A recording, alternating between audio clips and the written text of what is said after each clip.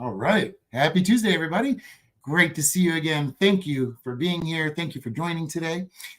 Very exciting show. I cannot wait to really start talking about this incredible video that just went viral where some zookeepers were in the gorilla exhibit. Now, this was back in October of 2023, but it just surfaced recently. But the press has been calling it Harambe 2.0, so we thought, what an amazing experience to talk about this event versus the Harambe event, and what have we learned from each of them? To start off with today, let's talk about gorillas. Actually, to be more specific, their official term is gorilla. So the gorilla, or as we call them, gorillas.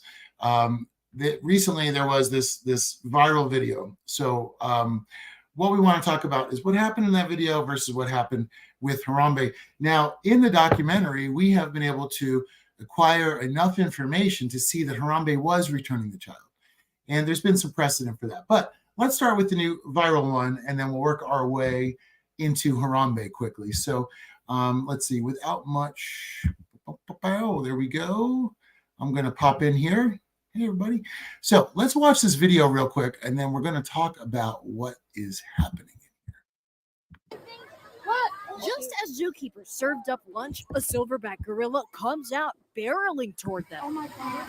They're just barreling towards them. They're already making the gorilla sound aggressive. In a nightmare situation, face to face with a Fort Worth 34-year-old gorilla named Elmo. It happened during feeding time, so he wasn't supposed to be out whatsoever. Ben White says he was the first responding officer. The tense moments happened last October, but the former security officer at the zoo posted the video on TikTok Thursday night. And to wake up to millions and millions of views is just crazy. The video, now viral with more than 30 million views, as the first zookeeper at a doorway calls for help. Elmo runs around closer to the second zookeeper, who uses her training to stay calm. Oh my gosh, God help her, God help her, God help her.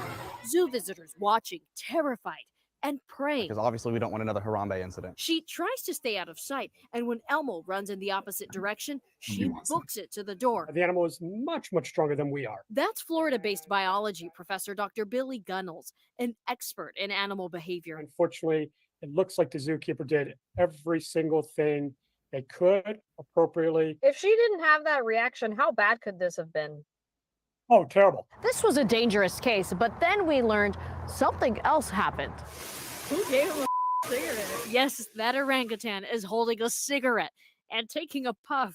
The Fort Worth Zoo telling us they never thought they'd have to address something like this, urging guests to avoid potentially harming an animal. Will an orangutan smoke? Yeah, they will.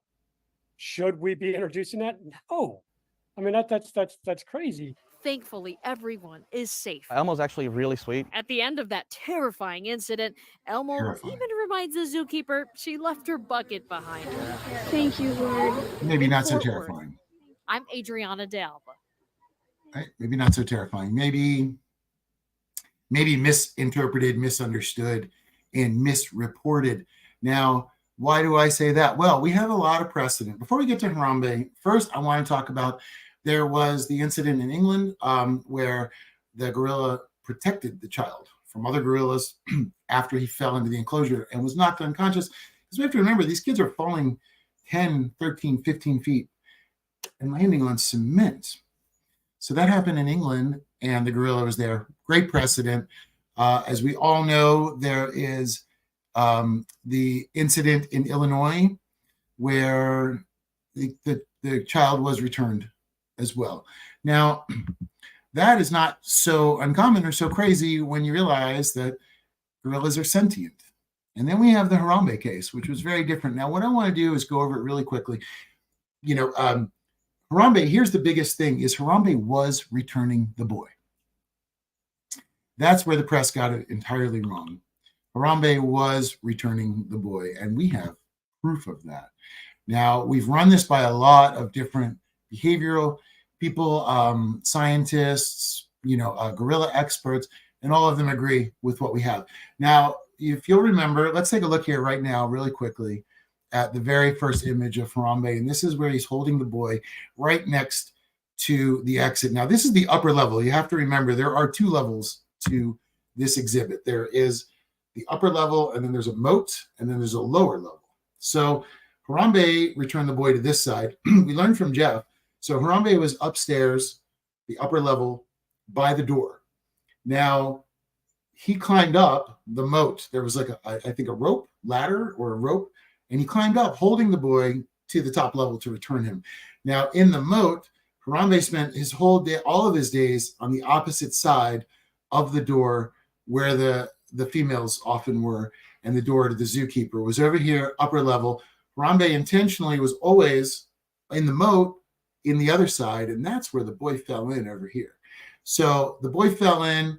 Harambe's in his particular spot. He's very antisocial, doesn't like where he is, doesn't like the people he's around or the gorillas he's around, and actually is over in this spot. The boy drops in. He works his way over to where he knows the rope ladder is, comes upstairs, sits there waiting, and sits there. So that he did bring the boy to the upper level, and he watched for zookeepers. Now, how do we know he's watching for the zookeepers? Well, we know that right next to where he is, and I'll jump back to the previous screen, this footage was shot, and to the right, you can see the door.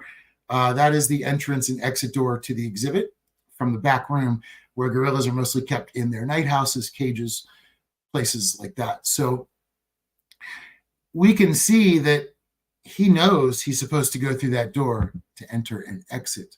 He knows that's where the zookeepers are. Now look at him. He is looking directly at that door. And if you don't see it in this shot, check this shot. So you can see him. You can really see him looking directly to that triangle place. And again, see the door to the right of Harambe where he's looking. He knows that's the door for everybody. And one more version of it, he is looking directly at the door where the zookeepers are. So there is no big surprise that Harambe was returning the boy. Now, the incident couldn't be spoken of that way because if it did, it would question how the zoo handled it. Now, we're not here to question the people that were there that day. We're not here to question the people that had to make a snap decision in an instant. We're here to question the entire setup. Right? Well, I mean, really, that's what we're thinking about. You know, we always say to people are too focused on the tragedy of Harambe's death, but have to, in order to make sure it doesn't happen again, we have to examine the tragedy of his life. Now, here he was away from everybody, isolated, sad, by himself. He was very lonely, and that's how he and Jeff really connected. He would see Jeff over and over, and somehow they made this amazing connection, and Harambe didn't feel alone anymore. But we have it for a fact that he always hung out in that spot where the boy fell in. Just so happened. And luckily it happened because Harambe was the perfect one to help the boy, bring him all the way across the moat, bring him to the upper level, and sit at the door and wait for the zookeeper. And instead, his head exploded with a rifle shot. Now that comes to the dart team. So people that go to the zoo expect a certain level of safety. Now, the question is, does everyone understand that there are guns locked and hidden around all the exhibits to shoot any animals that they're afraid of? So is this setup really workable? Is the idea that you're going to have something that's so unmanageable in your area, and you're going to mix that with the most vulnerable, which are children, and the only way you're going to be able to counteract that is with a gun? Then that is not a good system. And Harambe and every gorilla that's unfortunately bred into this life of captivity, just so zoos can sell tickets, this shouldn't be their end. Their end shouldn't be either, you know, we're gonna shoot you if you act in a way we're not comfortable with, or, you know, we're gonna put you down at some point. Because remember, everybody, that gorillas in zoos do not live as long as gorillas in the wild at all, due to heart disease and a lot of other issues. You know, so there's so many other aspects to get into, but the video that is going viral right now shows everybody the true nature of gorillas, which we learned with Harambe, which is compassion, intelligence, sentience, and love. Harambe, the last thing he did was an act of love. Last thing he did was try to get this kid back to his parents. And unfortunately, the last thing that happened to him showed the value of the compassion that humans can comprehend it through our society, which is why we need to rethink our relationship to them. So this video, I feel like, has been very maligned because they've been, crazy, crazy Harambe, crazy gorilla, Elmo. Elmo is so dangerous. What a dangerous, such a terrifying. And it pushes us into that misinformation that we're trying to fight. The information from the 50s and the 40s and the 30s where gorillas were these giant, frightening beasts, King Kong, all that good stuff. So, we're trying to combat that and let people understand how sentient gorillas are.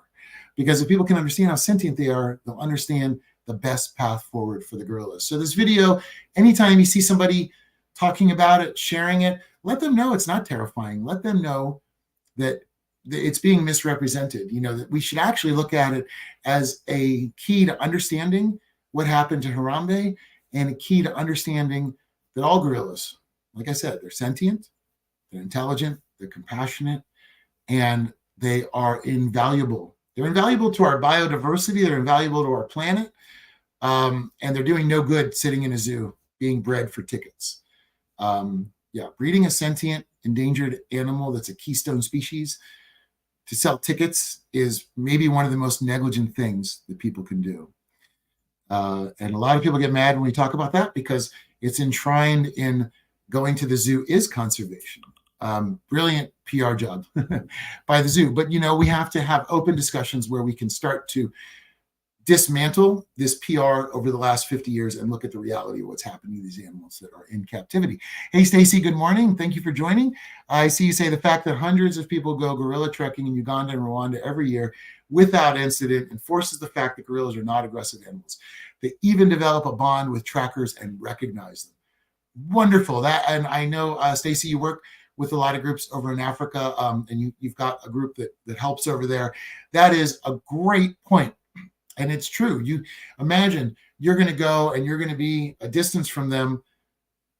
Something would have happened by then. As a zoo, you're forcing interaction. In the wild, the gorillas get to choose the interaction, and they get to choose. They have their own independent choices. And one of the choices could be, they could wipe out, I'm sure, an entire trekking group alone if they wanted to.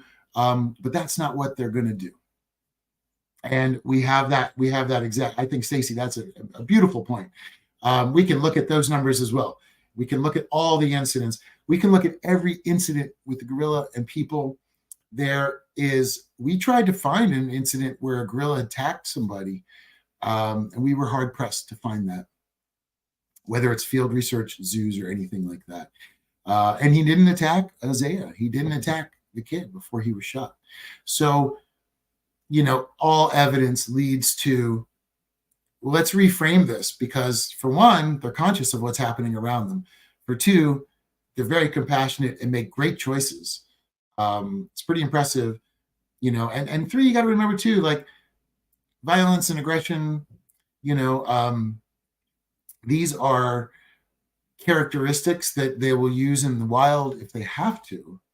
But rarely do they let it escalate to the point of injury for another gorilla, because there's no hospital in nature out in the forest. So, we have to remember that their number one priority is compassion and getting, and being compassionate.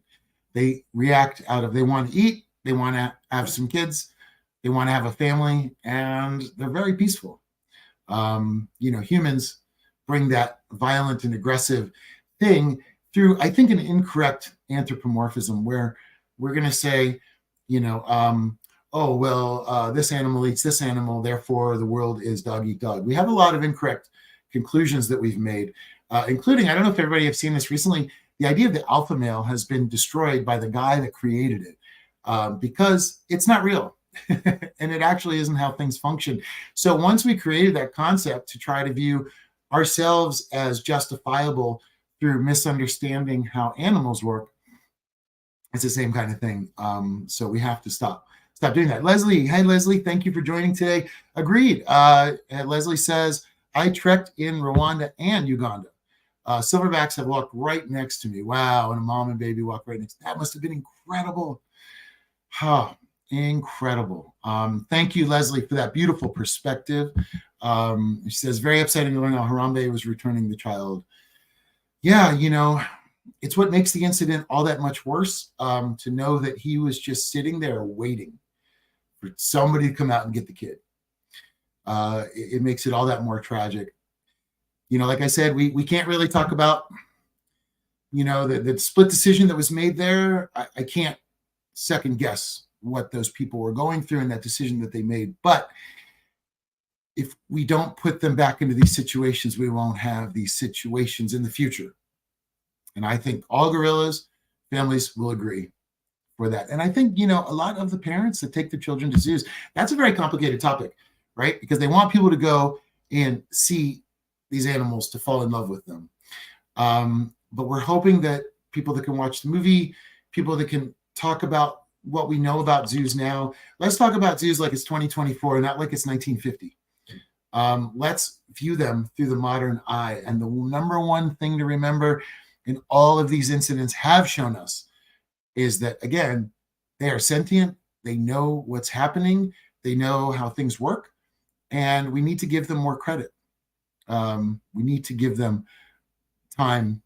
We need to give them appreciation, love. And more than anything now, we need to give them freedom.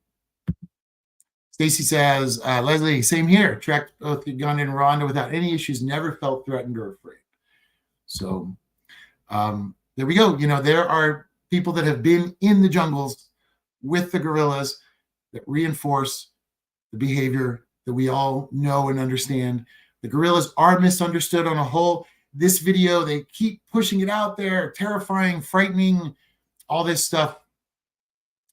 Thank goodness Elmo was not killed in the incident out of nervousness or fear or anything else. Thank goodness the zookeeper was safe. We are critical of zoos, but we love zookeepers. Zookeepers are people that spend their lives trying to help animals, and we love them. We love their work. That's what we always say about the zoos. Whether you like them or hate them, the interesting thing is we all have the common ground that we all love animals, right? Everybody wants to see the gorillas thrive, whether you're pro-zoo, anti-zoo, it doesn't matter. But let's take this incident, let's remember this incident, and let's use this incident as a fantastic way to open conversations with people that may still think gorillas are dangerous. It is time for us to move that needle forward. Time to change the discussion, open the discussion, and it's a perfect opportunity to talk to everybody about what's happening. And to tell every post I see, I'm like, he wasn't aggressive. He's not aggressive. If he was aggressive, that zookeeper wouldn't have made it back out. Like, let's just face it. If Harambe was aggressive, that kid would not have made it to the door. They're huge, they're massive, they're strong, just like the guy in the video said. They're very strong. But he missed. I feel like, yeah, they are strong. And the fact that they didn't use that strength tells us more about their character than anything. So, hey, Maxwell, thank you for joining as well. Wonderful. Thank you for joining us today. Great to see all of my friends popping on, everybody talking about gorillas, everybody talking about conservation. So my question to you at the end of this, we're going to go ahead and wrap this up. How do you think this video can be a positive influence in this? And do you think there's a value in the zoo breeding programs? It's a very debatable thing. It's a little off topic, but I'm curious to see what everybody's thoughts are. Because, Harambe was made by the zoo, intended to be shown by the zoo for the purpose of making money by the zoo, and perhaps making maybe gorillas down the line for more zoos. Now, everybody remember, once the Endangered Species Act came into play in the 70s, they were no longer, and until then, they were going out into the field killing the parents, bringing the babies back, and putting them in captivity. Once the Endangered Species Act happened and they can no longer do that, zoos all started breeding different endangered animals, and then the zoos started trading them for free amongst each other as a way to continue their source of it. So, it's never had anything to do with saving the environment, and it never will. So the question is, how can the breeding, if in any way, help in the future? Would love to hear your thoughts on it. And once again, thank you for so many people for coming by and talking about these gorillas, these beautiful, misunderstood keystone species that we share 98% of our DNA. And we don't know, are we sharing 98% of their DNA, or do they have 98% of our DNA? Doesn't matter.